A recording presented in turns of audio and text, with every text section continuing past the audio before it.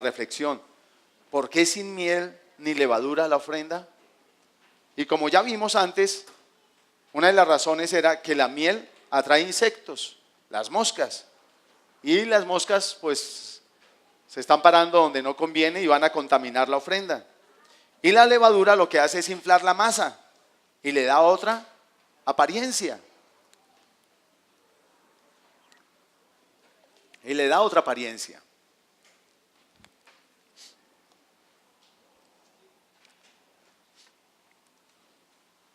Pero hoy vamos a hablar de, aunque vamos a hablar de eso, sí vamos a hablar que si eso hace, debemos no poner esos ingredientes en esa ofrenda, y esa ofrenda somos nosotros mismos también, lo vimos. Nosotros, así como Jesús fue esa ofrenda viva al Padre, nosotros somos esa ofrenda viva cada día al Padre, y debemos presentar esa ofrenda no inflados en nuestro orgullo, pero tampoco con un poco de cosas que no son la palabra. Recuerde que toda ofrenda tiene que llevar sal, y la sal es algo que purifica, y vimos muchas cosas que no vamos a volver a repetir. Pero la sal también habla de la palabra, ella limpia, ella purifica, ella conserva, ¿verdad? Y algo muy importante para que eso sea así es que nosotros no debemos ponerle estos ingredientes a la palabra, y eso es lo que vamos a enfatizar el día de hoy. Aunque no vamos a hablar de esto en la ofrenda, porque ya vimos, sí vamos a hablar de poner estos elementos, estos ingredientes en la palabra de Dios. Y muchas veces le ponemos esos ingredientes porque queremos darle a la palabra otro sazón o mejorarle el sabor, hacerla más atractiva a la gente, darle otra apariencia para hacerla más agradable. Y eso es algo que no debemos hacer por varias razones, ¿verdad? Recuerdan que al Señor lo provocaron en Meriba y se quejaban del maná, y el maná es un tipo de la palabra que a la vez es un tipo de Cristo. ¿Sí? Y se quejaban y decían, y empezaron a añadirle algarrobas y otras cosas al maná para que supiera más agradable. Pero el maná en sí mismo era suficiente para la vida de las personas, y lo mismo la palabra en sí misma es suficiente para nuestra vida. La primera razón es, vamos a ver 4 razones para no ponerle ingredientes a la palabra, extras fuera de la palabra. Número 1, porque Dios y la palabra son uno, y toda la escritura habla acerca de Él. Veamos el Evangelio de Juan, capítulo 1.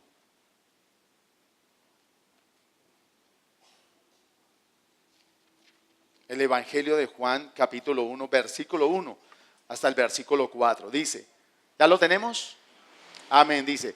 En el principio era el verbo, y el verbo era con Dios, y el verbo era Dios. En algunas otras versiones dice, en el principio era la palabra, y la palabra era con Dios, y la palabra era Dios, en el principio. Este era en el principio con Dios. Todas las cosas por Él fueron hechas, y sin Él nada de lo que ha sido hecho fue hecho. En Él estaba la vida, y la vida era la luz de los hombres. Él, la palabra, son uno solo y son vida. Él es la vida. Amén. Es uno solo. En el mismo libro de Juan, el capítulo 5, dice lo siguiente. Juan 5, 39. Jesús le dice allí a los sacerdotes y a los judíos que le estaban escuchando, les dice, escudriñad las escrituras, porque a vosotros os parece que en ellas tenéis la vida eterna, y ellas son las que dan testimonio ¿de quién? De mí. ¿Sí? Les está hablando, mire, ustedes están, en ese entonces, ¿cuál era todo lo de la palabra que tenían? El Antiguo Testamento, y les dice, ustedes escudriñan las escrituras porque les parece que en ellas tienen vida eterna, y ellas son las que hablan de mí, yo soy la vida. Y lo acabamos de leer en el primer capítulo de Juan. Él es la vida. ¿Sí? La segunda razón, entonces la primera razón es ¿qué? Porque Dios y la palabra son uno, y toda la escritura habla de Él. La segunda es porque el Evangelio es poder de Dios para salvación. Ahora, leamos Romanos 1, versículo 16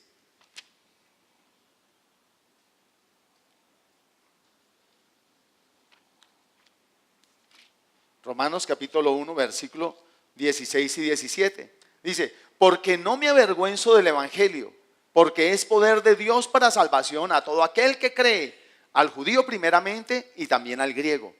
Porque en el evangelio la justicia de Dios se revela por fe y para fe, como está escrito, mas el justo por la fe vivirá.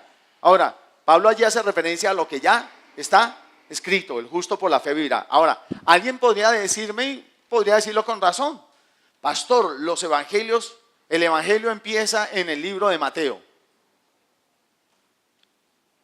Está bien. Otro podría argumentar, los evangelios más las epístolas.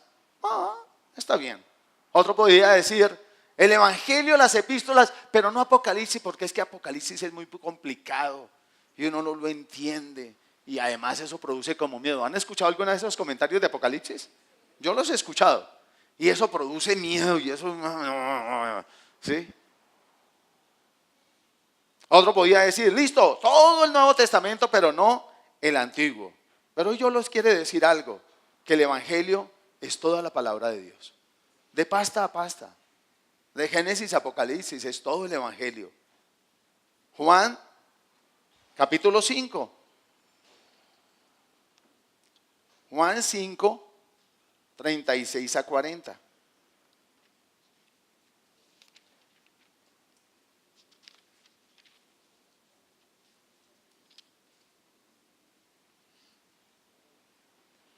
Dice, ¿ya lo tenemos? Mas yo tengo mayor testimonio que el de Juan, está hablando Jesús, porque las obras que el Padre me dio para que cumpliese, las mismas obras que yo hago, dan testimonio de mí, que el Padre me ha enviado. También el Padre que me envió ha dado testimonio de mí. Nunca habéis oído su voz, ni habéis visto su aspecto, ni tenéis su palabra morando en vosotros, porque a quien él envió, vosotros no creéis. Ahora fíjense que Jesús les decía, ustedes no pueden creer en mí porque ustedes no tienen la palabra de mi Padre morando en sus corazones. Si estuviera morando en sus corazones, ustedes creerían en mí porque la palabra habla de mí. Todo el Antiguo Testamento está lleno de tipos y todos esos tipos hablan de Cristo. Todos esos tipos hablan de Cristo. Apocalipsis 19.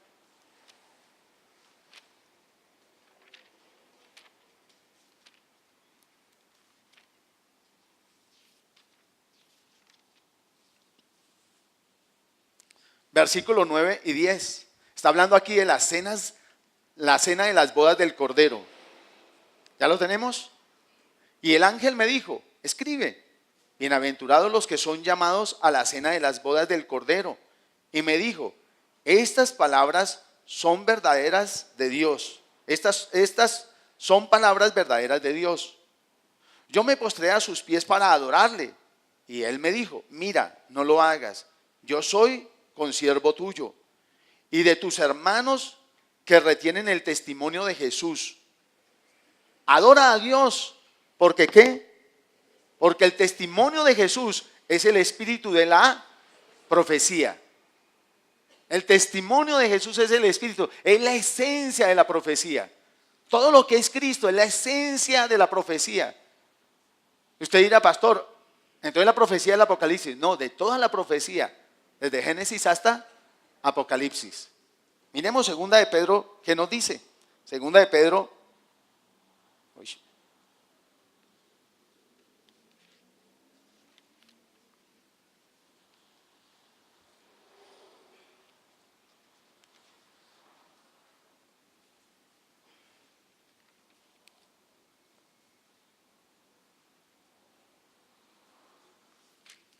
Me robaron segunda de Pedro.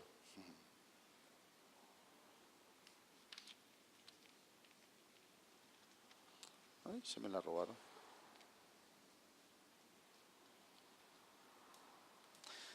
Capítulo 1, versículo 19-21 dice, tenemos también la palabra profética más segura, a la cual hacéis bien en estar atentos como a una antorcha que alumbra en lugar oscuro, hasta que el día esclarezca y el lucero de la mañana salga en vuestros corazones. entendiendo primero esto, que ninguna profecía en la Escritura es de interpretación privada, porque nunca los profetas, nunca la profecía fue traída por voluntad humana, sino que los santos hombres de Dios hablaron siendo inspirados por el Espíritu Santo. Ahora, ¿cuál es la palabra profética más segura? ¿Cuál palabra profética se estaba refiriendo Pedro? A toda esta palabra profética. Y la palabra dice que el espíritu de la profecía es el testimonio de Jesús. Es el testimonio de Jesús.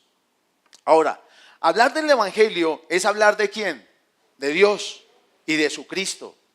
Es dar a conocer su amor. Las buenas nuevas es dar a conocer el amor de Dios, ese amor inagotable. Es dar a conocer su infinita misericordia, su justicia, su bondad, su generosidad, su gracia, su compasión, su paz, su gozo. Es dar a conocer el anhelo de Dios y el deseo de que el hombre no perezca en su pecado, sino que el hombre se arrepienta y sea salvo. Ese es el anhelo de Dios. Y sabe una cosa, encontramos ese anhelo de pasta a pasta, de pasta a pasta.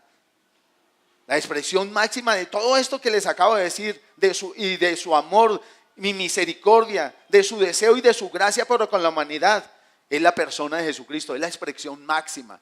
La palabra dice que cuando sobreabundó el pecado, sobreabundó la gracia. Pero dice que sobreabundó la gracia ¿cuándo? Cuando abundó el pecado. ¿Qué quiere decir? Que había abundante gracia cuando había pecado. En el Antiguo Testamento, en Génesis, vemos la gracia. Vemos la misericordia de Dios en el huerto, la compasión, el amor de Dios. Sacarlos del huerto, no destruirlos allí, vestirlos, cubrir la vergüenza de su desnudez. Todo eso es gracia. Solo que cuando abundó el pecado, la gracia sobreabundó. Pero en todo el Antiguo Testamento hay gracia abundante para todos. Para todos. El texto que leímos ahorita, de que el justo por la fe vivirá. Esa primera declaración está en el Antiguo Testamento. Abraham creyó a Dios y le fue contado por justicia. Es la fe está desde el Antiguo, desde Génesis en adelante. No caminó por fe. Abraham, Isaac, Jacob, Noé, todos pioneros de la fe. Así que no podemos decir que el Evangelio se circunscribe únicamente al Nuevo Testamento. Toda la palabra está llena de nuevas, de salvación, de vida, de bendición para cada uno de nosotros que creemos en el nombre de Jesús. Por eso, si yo añado, le echo cositas o le quito a la palabra porque es que no me gusta, mejor le quito este sazón, mejor le quito y le quito y le pongo para darle mi toque personal, mi toque secreto. Entonces, para poder hacerla a mi parecer mejor, mejorarle la apariencia de este evangelio y hacerla más apetecible, yo corro el peligro y el riesgo de hacerme anatema para Dios. ¿Y sabe qué es anatema? Dice, consagrado para ser destruido. Eso es anatema. Y cuando yo empiezo a ponerle ese sazón personal a la palabra, a echarle los ajos, las algarrobas, los puerros, la miel, la levadura para hacerla más aceptable, más asequible. Pues hombre, eso es lo que va a pasar. Gálatas 1.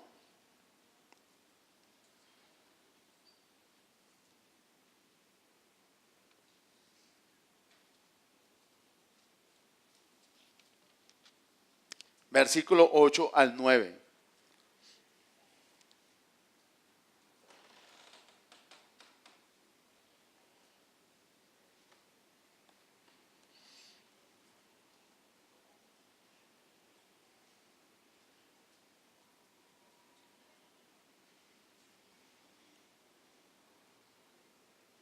Dice, mas si aún nosotros o un ángel del cielo os anunciare otro evangelio diferente del que hemos anunciado, sea anatema. ¿Sea qué? Anatema. Como antes hemos dicho, también ahora lo repito, si alguno os predica diferente evangelio del que habéis recibido, sea anatema. El Señor nos dice que deseemos como niños recién nacidos la leche materna, ¿no qué? No adulterada. ¿Usted ha visto un niño recién nacido que empezó su vida de lactancia con el seno materno? ¿Y ha visto las caras que hace cuando le ponen la leche de tarro? ¿Sí se ha dado cuenta? El niño coge el tetrero y lo primero que hace es...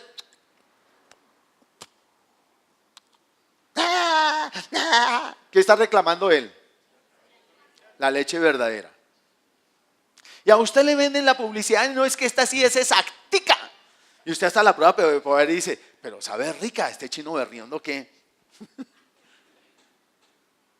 Y el niño vuelve y la rechaza.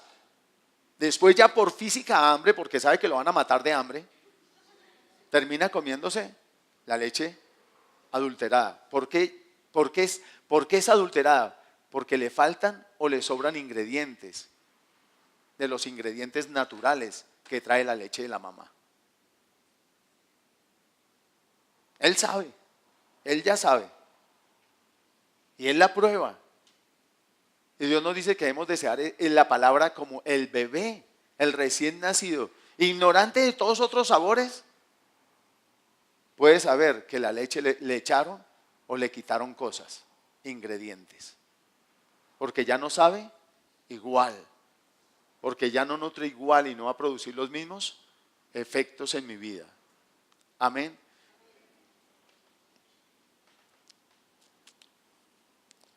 Primera de Corintios 16, 22.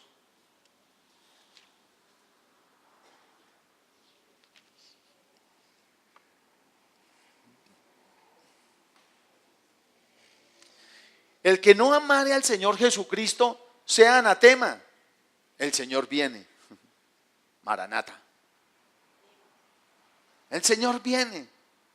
Y la leche, ¿qué hace la leche materna? La leche materna son las defensas del bebé.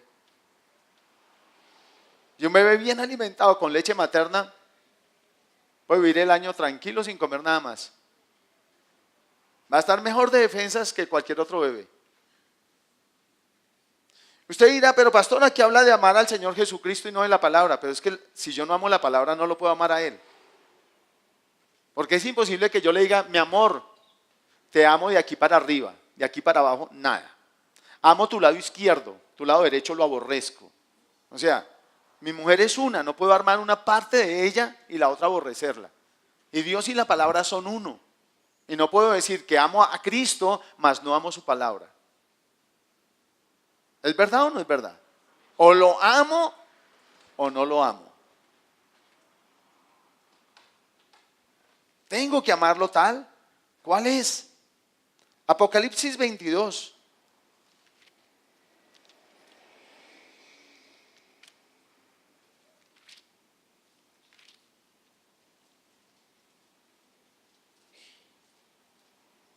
Versículo 18 y 19. Dice, yo testifico a todo aquel que oye las palabras de la profecía de este libro. Si alguno añadiere a estas cosas, Dios traerá sobre él las plagas que están escritas en este libro. Si alguno quitare de las palabras del libro de esta profecía, Dios quitará su parte del libro de la vida y de la santa ciudad y de las cosas que están escritas en este libro. Allí habla de añadirle y de quitarle. Alguien osado podría decir, pastor, se está refiriendo al Apocalipsis. No, para Dios la palabra es un solo libro. Fuimos nosotros los hombres los que lo clasificamos en libros. ¿Cómo? En Deuteronomio también está esa advertencia. Está en el Antiguo Testamento también esa advertencia. ¿Sí? No puedo hacerlo. La palabra es una, no puedo querer un pedazo, pero no querer el otro. Porque toda la palabra va a producir en ti y en mí vida. Toda la palabra es beneficiosa y es provechosa. Entonces, número uno, ¿por qué no debo añadirle ni quitarle? ¿Por qué no debo añadirle mis ingredientes secretos, mis toques personales? Porque Dios y la palabra son uno. Número dos, porque el evangelio es poder de Dios para salvación. Y toda la palabra tiene buenas nuevas de salvación. Todas. Toda manifiesta gracia, toda se recibe por fe. Y toda está llamada a producir en mi vida por fe algo. Usted dirá, pero ¿y la ley? La ley tuvo como propósito mostrar mi condición y señalarme el camino para ser libre de mi condición, para ser salvo, para que yo no pereciera. Tercera cosa, porque es el fundamento sobre el que debo edificar. Amén. Alguien me dirá, pastor, el fundamento es Cristo, y Cristo y la palabra son uno. Veamos, Lucas 6.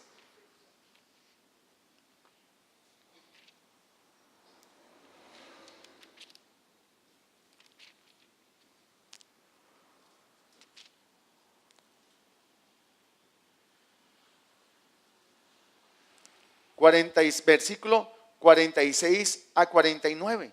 Pero empieza diciendo el 46. ¿Por qué me llamáis Señor, Señor? ¿Y qué? ¿Y no hacéis lo que yo os digo? O sea, si Él es el Señor, nosotros somos ¿qué? Siervos. Y si Él es el Señor, yo tengo que ¿qué? Oír sus palabras y ¿qué? Obedecerlas. O sea, dice, todo aquel que viene a mí y oye mis palabras y las hace, os indicaré a quién es semejante. Ahora, ¿qué palabras fue la que Jesús habló? Recuerden que Él paseó a los discípulos pasando por la ley de Moisés, los profetas y los salmos. Los paseaba y les abrió las escrituras. Recuerden camino de Emaús cómo les abrió las escrituras y le mostró todo lo que la escritura decía acerca ¿de quién? De Él. Si en el Antiguo Testamento no hubiera estado el evangelio, entonces, ¿cómo Jesús evangeliza a sus discípulos? ¿Cómo los lleva a mirarlo a Él y a aceptar que Él es la cabeza del ángulo, la que desecharon los edificadores? ¿Cómo hace para mostrarles eso? ¿Sí? El que oye mis palabras y las hace, dice, os indicaré a quién es semejante. Entonces empieza, semejante es al hombre que al edificar una casa cavó y ahondó y puso el fundamento sobre la roca. Y cuando vino una inundación y el río dio con ímpetu contra aquella casa, pero no la pudo mover porque estaba fundada sobre la roca. Dice que el que oye la palabra, que el que cava ahonda, esculca la palabra. Cada que usted coge una porción de la palabra, si usted ahonda sin torcer la palabra, puede encontrarse con Cristo. Lo hemos estado mirando en estos días en los tipos. En las hojitas de mensuales, ahí va escrito un tipo. Y usted lo puede descubrir. Y seguir ahondando, porque ahí le escribimos fue una cosita chititita. Pero usted puede seguir ahondando y va a encontrar más y más de Cristo y usted va a quedar, wow, Señor, no te había visto. Wow, Señor. Qué rico poderte descubrir. Pero yo tengo que querer ahondar, penetrar en la palabra, penetrar, ahondar, para que Cristo sea revelado en mi corazón, hasta que sea formado en mí. Amén. Y luego, pero luego habla de otra persona que también dice, mas el que oyó y no hizo, o sea, el que oyó la palabra y no la hizo, semejante es al hombre que edificó su casa sobre tierra, sin fundamento, contra el cual el río dio con ímpetu. Y luego cayó y fue grande la ruina de aquella casa. Es como esos castillos de naipes que hacemos. Y usted quita una fichita de abajo y ¿qué pasa? Se va abajo todo el castillo. Así pasa cuando yo no ahondo buscando piso firme. Cuando yo ahondo. Y a veces ponemos a la palabra a decir cosas que la palabra no dice. Porque no cavamos y ahondamos para ver qué es lo que verdaderamente está diciendo la palabra, cómo me quiere enseñar, cómo me quiere formar, cómo me quiere instruir para Él, Primera de Juan, capítulo 5. Está por allá cerquita Apocalipsis.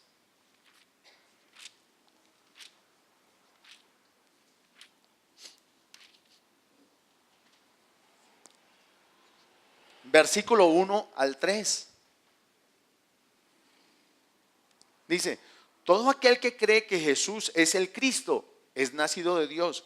Y todo aquel que ama al que engendró, ama también al que ha sido engendrado por él. En esto conocemos que amamos a los hijos de Dios, cuando amamos a Dios y guardamos sus mandamientos. Pues este es el amor de Dios, que guardemos sus mandamientos. ¿Y sus mandamientos qué? No son gravosos. No son gravosos. Es el manual de vida. Si nosotros queremos saber cómo educar los hijos, cómo manejo mi empresa, cómo me comporto con el gobierno, qué hago con los impuestos, cómo corrijo a mi hijo, cómo tengo mi relación de intimidad conyugal con mi esposa, qué hacer frente a las demás garzas que me exhiben sus piernas, todas esas cosas. Si yo sé cómo ser como jefe, quiero saber cómo ser como jefe, quiero saber cómo ser como empleado. Todo el consejo está aquí en la palabra. Todo está aquí. Jesús resumió en 2 frases toda la palabra. Amarás a Dios sobre todas las cosas. ¿Y amarás a tu prójimo? En el Nuevo Testamento dice, como yo os he amado. Pero tampoco es gravoso. Pero ¿cómo voy a hablar como Cristo me amó? Eso es loco. No es gravoso porque ahora Cristo mora en ti. El amor de Cristo ha sido derramado en tu corazón. Y cada día está siendo revestido de Cristo. Tienes la simiente de Cristo en ti, el ADN de Cristo en ti. Has nacido de nuevo, eres nueva criatura. Ahora todo corre, está en tus venas. Ahora lo importante es andar con Él para ser cada día más como Él. Si no fuera posible, entonces Dios nos mandaría absurdos. Las epístolas nos insta, dice, sed perfecto como vuestro Padre es perfecto. Wow. Pero recuerde que Abraham le dijo, anda delante de mí, sé perfecto. Ahora, yo ya tengo esa simiente de perfección en mí. Pero puedo crecer y ser cada día más como Él. Y si Abraham, que no era una nueva criatura ni tenía la simiente de Cristo, tenía la posibilidad de ser perfecto como consecuencia de andar con Dios, ¿cuánto más no tengo yo posibilidades de ser perfecto si yo ahora soy nacido de Dios? Y si camino con Él, y si miro a cara descubierta, voy a ser transformado de gloria en gloria a la misma imagen de su sustancia. Amén. No necesito mutilarle a la palabra para poder vivir una vida cristiana. No necesito añadirle, solo necesito saber que Él está conmigo y puedo caminar con Él.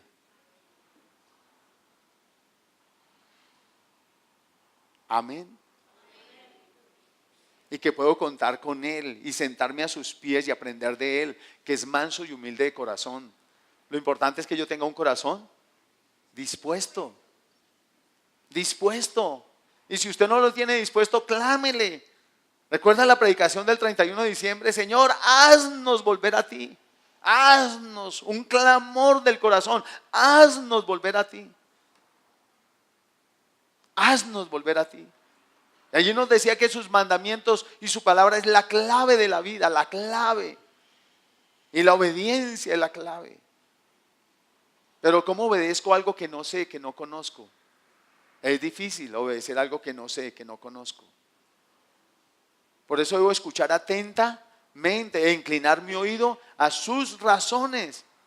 Y a veces tenemos que hacer callar la voz de nuestro razonamiento, la voz de las tradiciones y de los ritos. Entonces van 3 cosas. La número 1 es, Dios y su palabra son uno. La número 2, porque el evangelio es poder de Dios para salvación. Número 3, porque Él es el fundamento sobre el cual debo edificar. Y número 4,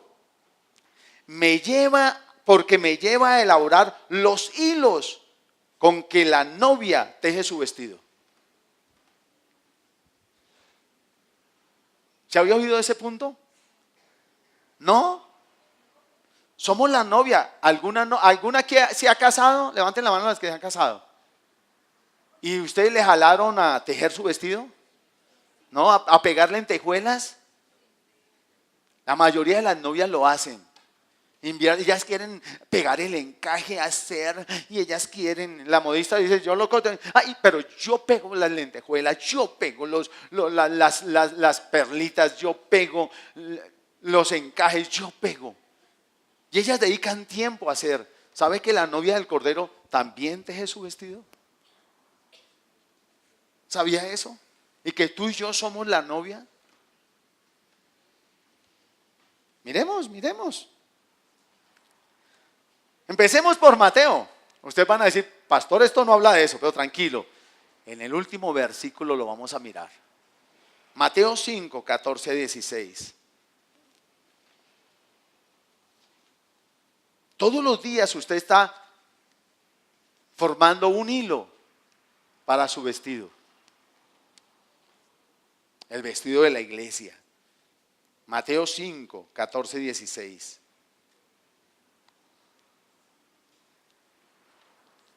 La luz del mundo. Vosotros sois la luz del mundo. ¿Quién? Nosotros. Una ciudad asentada sobre un monte no se puede esconder, ni se enciende una luz y se pone debajo de un almud, sino sobre el candelero y alumbra a todos los que están en casa. Así alumbre vuestra luz delante de los hombres, para que ¿qué? Vean vuestras buenas obras y glorifiquen a vuestro Padre que está en los cielos. Pastor, ahí no habla nada del vestido. No, ahí habla de los hilos con que se forma el vestido. Esos hilos son las acciones de los justos. Esas buenas obras que usted está llamado a hacer para que los hombres vean esas buenas obras y glorifiquen su nombre, son buenas obras no conforme al concepto de las tradiciones o al concepto cultural o intelectual de qué es bueno y qué es malo. No, es las buenas obras que están por toda la palabra y que Dios preparó para que tú y yo andemos en ellas. Pero sigamos mirando. Y cuando los hombres ven esas buenas obras, glorifican a Dios porque sabe que son obras que vienen de parte de Dios. Efesios 2.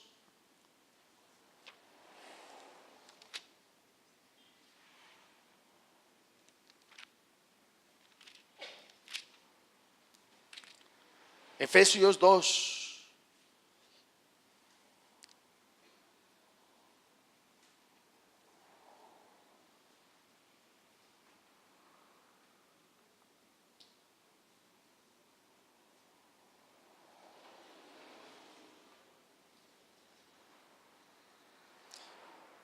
Versículo 8. Porque por gracia sois salvos por medio de la fe. Y esto no de vosotros, pues es don de Dios. No por obras, para que nadie se gloríe. O sea, las obras no son para ser salvos. Las buenas obras no son para que usted sea salvo. Por fe es salvo.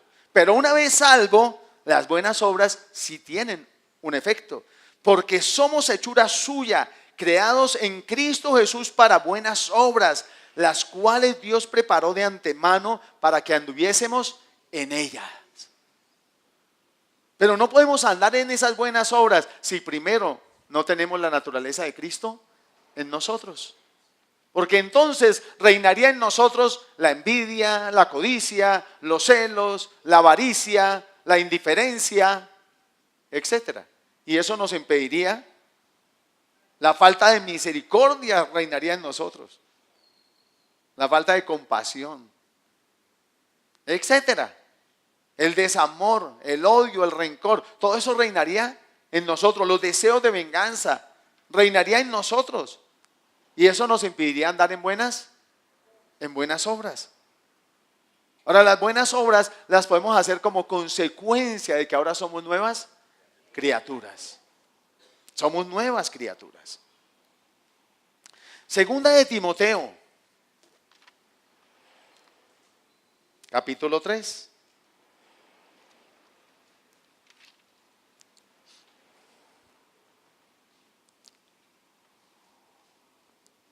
Ahora, tiene esa nueva naturaleza, pero la palabra es la encargada de prepararlo a usted para que usted pueda hacer esas buenas obras. Tremendo, ¿no? Todo este manual. Aquí dice, versículo 16, toda la escritura, ¿cuánta? Toda la escritura. ¿De dónde a dónde va la escritura? Desde Génesis hasta Apocalipsis. Toda la escritura, ya lo leímos, que los santos varones de Dios hablaron inspirados por Dios. Toda la escritura es inspirada por Dios y útil. ¿Cuánta de ella es útil? Toda. Toda es útil ¿para qué? Para enseñar, para redarguir, para corregir, para instruir. Ahora, ¿cuál es el fin de ese enseñar, de ese corregir, ese instruir, ese redarguir de la palabra mi vida? ¿Cuál es el fin? Que el hombre de Dios sea ¿qué? Perfecto. Y además ¿qué? Enteramente preparado ¿para qué? Para toda buena obra. Así que la palabra usted lo está preparando para andar en esas buenas obras que Dios de antemano preparó para que usted el día que creyera en Jesús, para que yo el día que creyera en Jesús anduviera en esas buenas obras. Pastor, hasta ahí todavía no ha hablado del hilo. ¿Cómo voy a tejer? Pues déjeme decirle, cada que usted está haciendo esas buenas obras o esas buenas acciones, usted está tejiendo el vestido de la novia. El pedacito que le toca a usted. Yo estoy tejiendo el pedacito que me toca a mí. Tremendo, ¿no? Pero es verdad. Apocalipsis 19.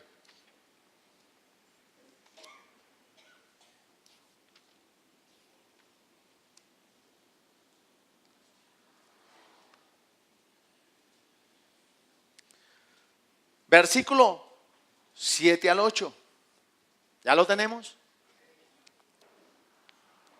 Dice, gocémonos y alegrémonos y démosle gloria. ¿Por qué?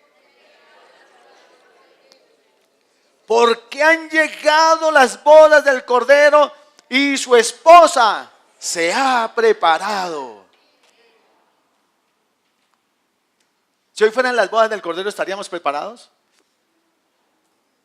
Tenemos que poder decir amén. Estamos preparados. ¿Ah?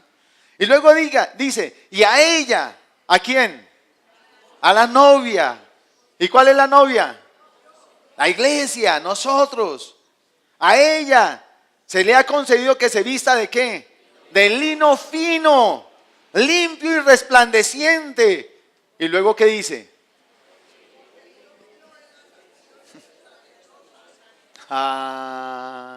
¿Sí ve que la novia teje el vestido? Porque el lino fino es las acciones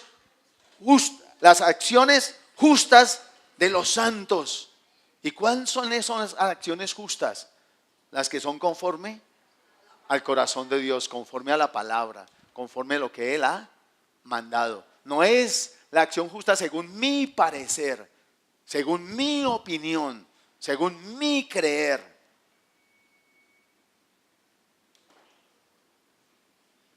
Sino es según Él ha determinado. Amén. Y cuando tú y yo estamos en esas acciones justas, entonces estamos tejiendo el vestido de la novia. Esas acciones justas que cuando los hombres las ven terminan glorificando a Dios. Y es que Dios espera que la novia esté vestida acorde. ¿Acorde a quién? ¿Al novio? Amén. Acorde al novio. Desea que la novia esté vestida acorde al novio. ¿Sí me escuchan? ¿No me escuchan? ¿Aló? Ahora sí. ¿Sí? Desea que la novia esté vestida acorde al novio, acorde al momento, acorde a la ocasión, pero también acorde a la realeza y a la alcurnia ¿de quién? Del novio. Tremendo, ¿no?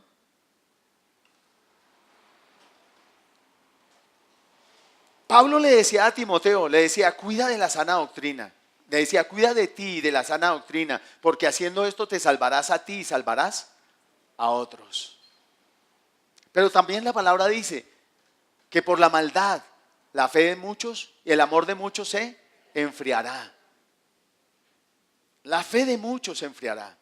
Y sabe que a uno a veces le da gana de ya no hacer algo bueno, de no ayudar a alguien.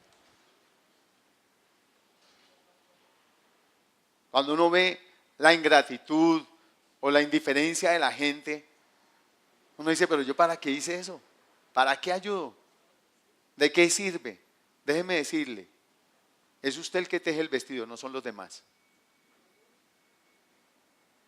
Y el enemigo nunca va a querer que usted teja el vestido. Que usted lo teja a su manera y le sirva a Dios a su manera. Es que yo tengo a Dios a mi manera, yo le sirvo a mi manera, yo lo honro a mi manera. Pero no hay tal. A usted le dice, Señor, te amo y lo voy a hacer a tu manera. Porque yo sí quiero oler a ti. Y yo sí quiero estar vestido acorde. Cuando yo leía esto, decía, ¿por qué el Señor le va a decir a personas que van a entrar fuera? Usted no está vestido acorde para las bodas. Va a decir, no, fuera, fuera. Usted no. Y no los va a recibir ni siquiera como invitados, porque no van a estar vestidos acorde.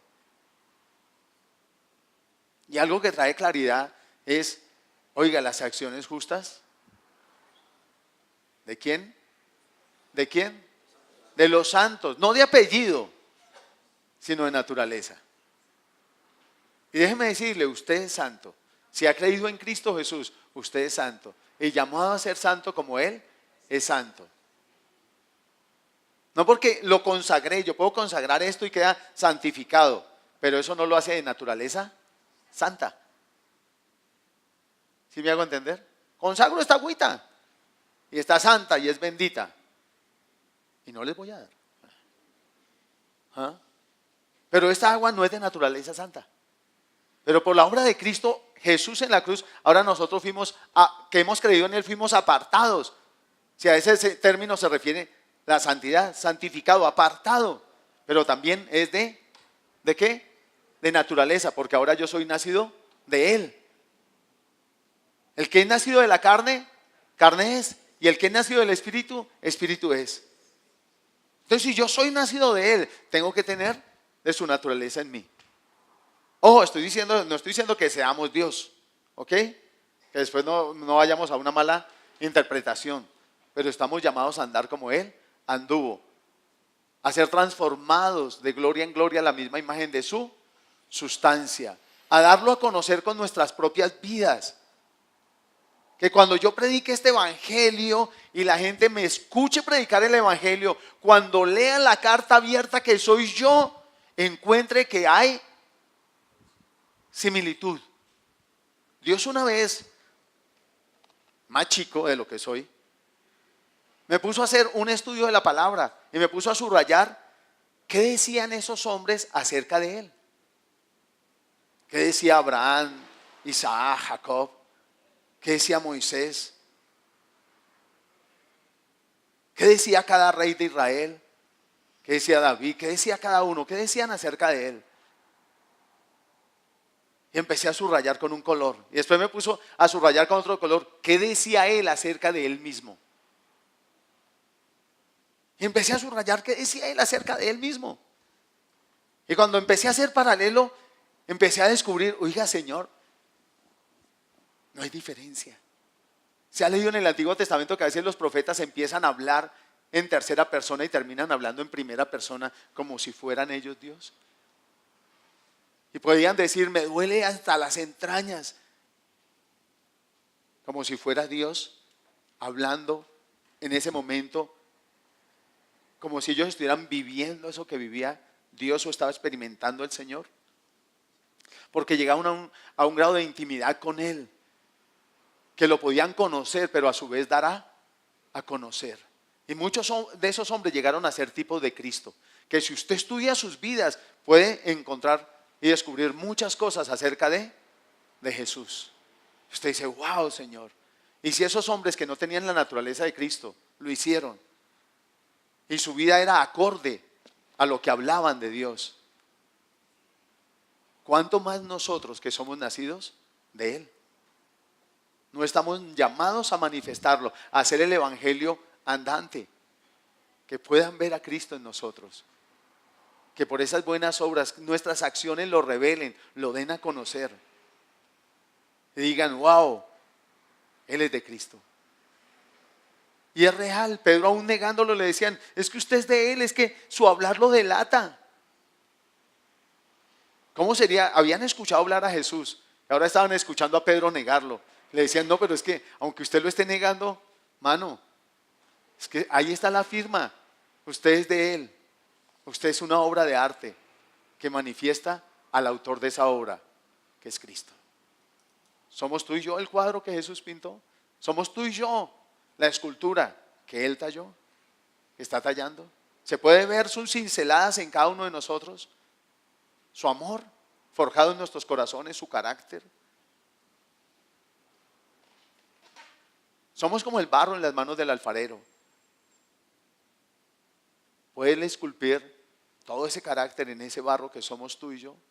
Él desea hacerlo. Va más allá de tener un carro, una casa, una beca. Con carro, con casa y con beca, solo son las buenas acciones de los justos los que te dan el lino fino para tejer el vestido. Porque puedo sin carro, sin casa y sin beca tener mejores acciones y acciones de justo que el que tiene el carro, la casa y la beca. Y tú y yo tenemos que querer más allá del carro, la casa y la beca. La multitud también lo siguió y también fue alimentada. Y cuando saciaron su deseo, se fueron. No quisieron más. No podían sufrir la sana doctrina. No estaban dispuestos a sufrirla. Cuando aquel joven rico se acercó y le dijo: ¿qué he de hacer para heredar el reino de los cielos? Él le nombró esto. Y le dijo: todo eso lo he hecho. Y por último le mostró detrás de qué corría.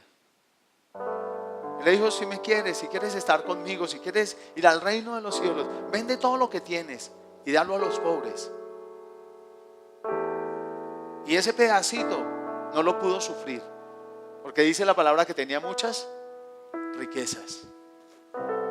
Pero también dice la palabra, ignoraba el resto de la palabra. La palabra dice que todo el que le da a un pobre le presta a Dios. Pero también dice que Dios no es deudor de nadie. Dice que si yo doy, sobre mi regazo vendrá medida apretada, rebosada y remecida. El hombre solo escuchó ese pedacito: da. Pero ¿qué pasó? Había algo reinando en su corazón que no le permitió hacer esa buena obra, que se llama egoísmo, indiferencia ante la necesidad. Solo quería satisfacerse a sí mismo. 10 carros parqueados y solo uso uno. Pero los tengo, salen las revistas, mi colección. ¿Será esa la buena obra de la que hacen los justos, a la que nos invita el Señor? ¿Será esa la que lo manifiesta Él, que soy hijo de mi Padre?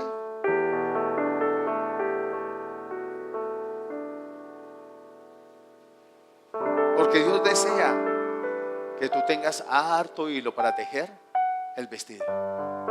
Y por eso preparó buenas obras para que tú y yo, desde antes las preparó, para que tú y yo andemos en ellas y tengamos suficiente madeja para poder tejer.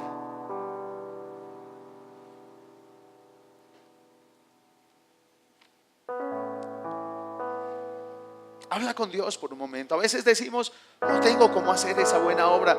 ¿Sabe que quizás la buena obra que el Señor te manda es solo abraza a alguien?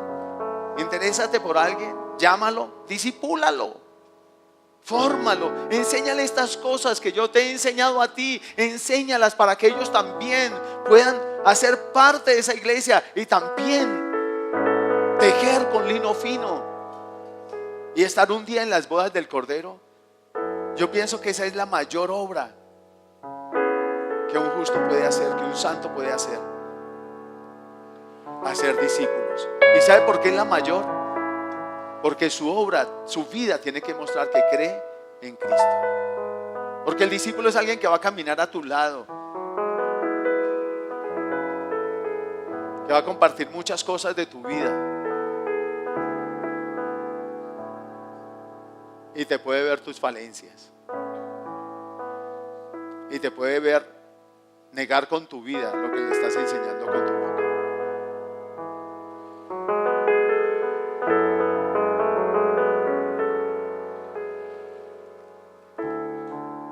Y Dios nos llamó a ser discípulos. Dice, predica este evangelio a toda criatura. Esa es una buena obra. Pero hacer discípulos es aún mayor.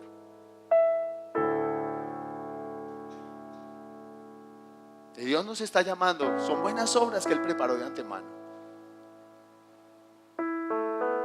Porque a un discípulo tú no solo le enseñas la palabra, le enseñas con tu propia vida.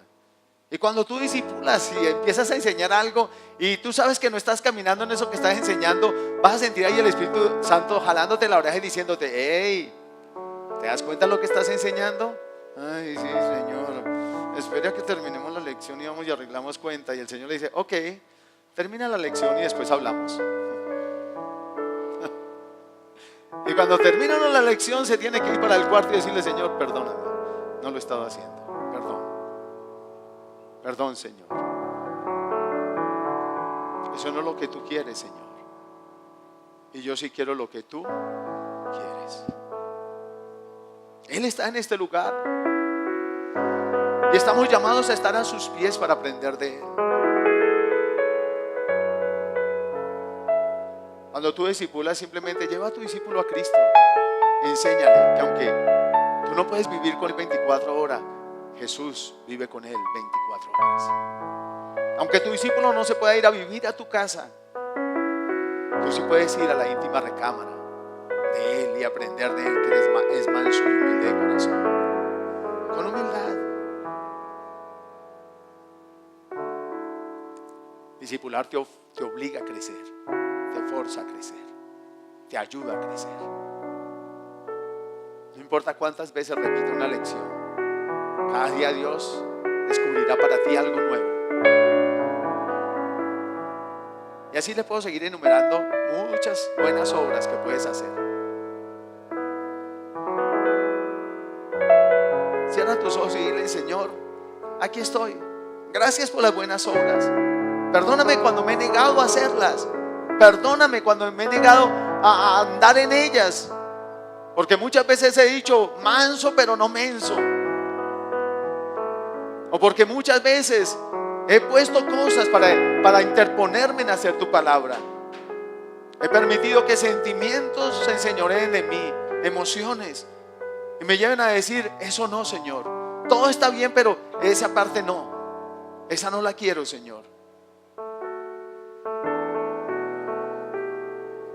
Dile: Señor, perdóname cuando he dejado de hacer lo correcto, lo que está bien delante de tus ojos, para hacer lo que a mí me parece correcto, lo que está bien a mis ojos, Señor. Dale, perdóname, diga: Señor, yo renuncio a eso. Yo sí te quiero a ti. Y si quiero tejer ese vestido de la novia, si quiero, Señor, hacer las buenas acciones, las acciones justas de los santos, yo sí quiero esas acciones, Señor. Porque si quiero que la iglesia, y yo soy parte de la iglesia, esté vestida de lino fino, esté vestida como es digno de ti, Señor, como tú quieres vernos como iglesia, no solo oliendo a ti, sumergidos en el Espíritu, y el Espíritu forjando a Cristo en los corazones, oliendo a Cristo, sino viéndonos además como Cristo, oliendo a ti y vestidos como tú, Señor, como para ti, pensando en ti. Pensando en ti. Señor, gracias, Señor.